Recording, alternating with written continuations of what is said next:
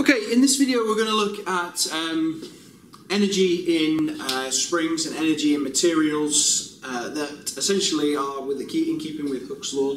So we start off with the standard graph that we've been using for the last two videos, that force is directly proportional to the extension of a material, being a nice straight line.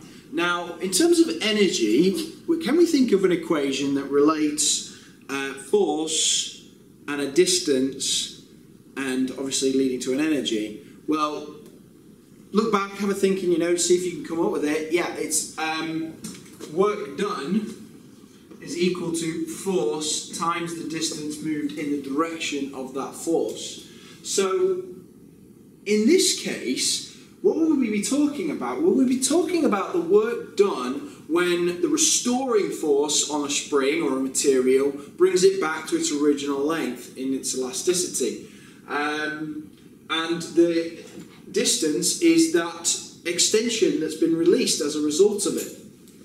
So what we can effectively say here, conversely, is that the work done by a restoring force, which is times by the distance moved, which would be the difference of the extension, we can say that that's also equal to the energy stored. Now, the problem here is that the force is constantly changing and the extension is constantly changing. We've got no definitive amount. We need to know at what rate this occurs along the way. So we have to factor in the fact that the shape of the graph on its own, and the shape of the graph is a triangle. Because if we do force times extension, which would be the distance, to work out the energy stored, well, that would be the area under the graph. So the area under the graph, a force extension graph, is the energy stored. So that's the area under the graph.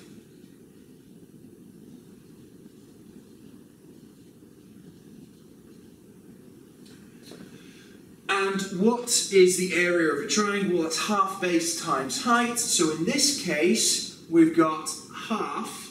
So the energy stored is equal to half force times the extension. So, because that's the area under the graph, half force times extension. So that's a really nice equation to allow us to work out the energy that's stored in a spring. But we can take it a step further to make it into a different equation, because there's three things to do with any materials. We've got the force, we've got the extension, and yes, we've got the third thing, which is the force constant. Now, in the previous videos, we looked at the force constant. Force is equal to the force constant times by the extension. That was the relationship derived from Hooke's law. And what we can do is we can input this into this equation for force, which allows us to say that half kx times by x is going to be equal to the energy stored. Well, I can simplify that as a half kx squared. And voila, I'm at another equation for energy stored in a material or spring that obeys Hooke's law in this case. Okay. Now, bear in mind, you can use this for relationship for non-straight. However, the equations won't work. The relationship that you can use is the area under the graph is equal to the energy stored. So if you get a wiggly line, you can work out at any point by working out the area under the graph what the energy stored would be. Okay. But you can't use the half f times x. You can't use half kx squared. You can only use those two if the energy being stored is due to the material being expanded or compressed under Hooke's law.